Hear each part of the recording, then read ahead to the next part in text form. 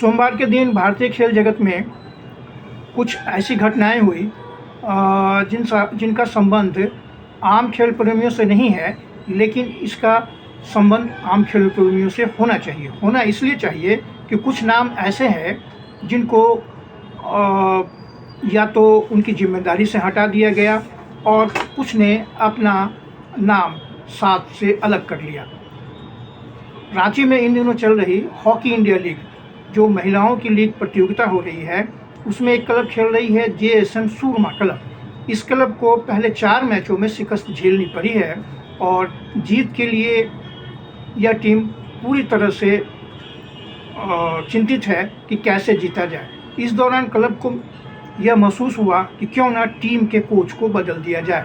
आखिरकार जूड मेनेजेस को आपसी सहमति के साथ JSM सूरमा क्लब ने अलग होने का फैसला कर दिया, यानी कि फरमान सुना दिया। अब JSM सूरमा क्लब ने जूड मेनेजेस से अपना नाता तोड़ लिया है। इसके बाद इस क्लब को रानी रामपाल, जो इस समय तक मेंटोर के रूप में टीम में शामिल थे, उनको अंतरिम हेड कोच बना दिया गया है। और ये महज संयोग है कि सोमवार के दिन जैसे ही रानी ने टीम की कमान कोचिंग के रूप में संभाली, टीम ने पहली जीत दर्ज कर ली।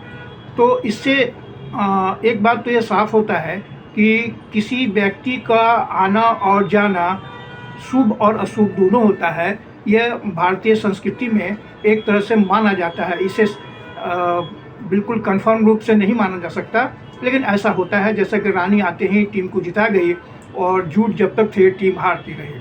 बहरहाल, दूसरी ओर नीरज चोपड़ा, आप अच्छी तरह से इस नाम से वाकिफ़ हैं। नीरज चोपड़ा ओलंपिक के मेडलिस्ट हैं और जेवलिन थ्रो में उन्होंने ज़बरदस्त प्रदर्शन किया है, कमाल किया है। और उनके कारण भारत में कम से कम जेवलिन थ्रो के प्रति आम खेल प्रेमियों के बीच और खिलाड़ियों के बीच, एथलीटों के बीच गहरी दिलचस्पी इसे लेकर हुई है।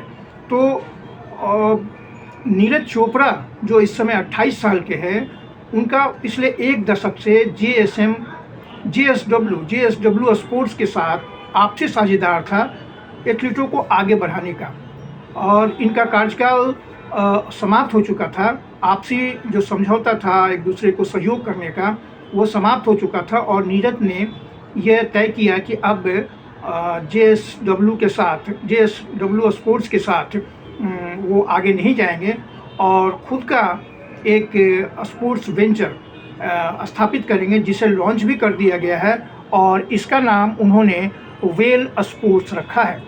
अब देखना है कि नीरज अपने नए वेंचर के साथ किस तरह आगे बढ़ते हैं और भारत को किन ऊंचाइयों पर ले जाते हैं। ये तो भारतीय परिदृश्य के हिसाब से बात हुई, लेकिन जो नई बात हम बताने जा रहे हैं वो है मैनचेस्टर यूनाइटेड के हेड कोच रूबेन अमोरिम के साथ। अमोरिम का नाम भारतीय खेल प्रेमियों को बहुत कम मालूम होगा, लेकिन जो यूरोपीय फुटबॉल में गहरी दिलचस्पी रखते हैं उन्हें अच्छी तरह से यह नाम रूबेन का मालूम है, क्योंकि वो मैनचेस्टर यूनाइटेड के हेड कोच रहे हैं।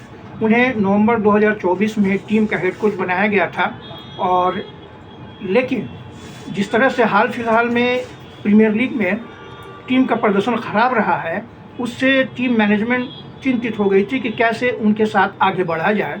आखिरकार उनको यानी मैनचेस्टर यूनाइटेड ने रूबेन अमोरिम को टीम से हेड कोच के रूप में हटा दिया, और अब नए हेड कोच के रूप में जो उनकी टीम के अंडर 18 हेड कोच थे डैरेन फ्लेचर, उनको सीज़न के बाकी मैचों के लिए अपने टीम का हेड कोच रखा है।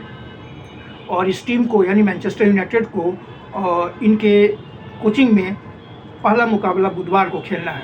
देखना है ये सब परिवर्तन आने वाले समय में क्या रंग दिखाता है। तो मिलते हैं फिर अपने अगले वीडियो में।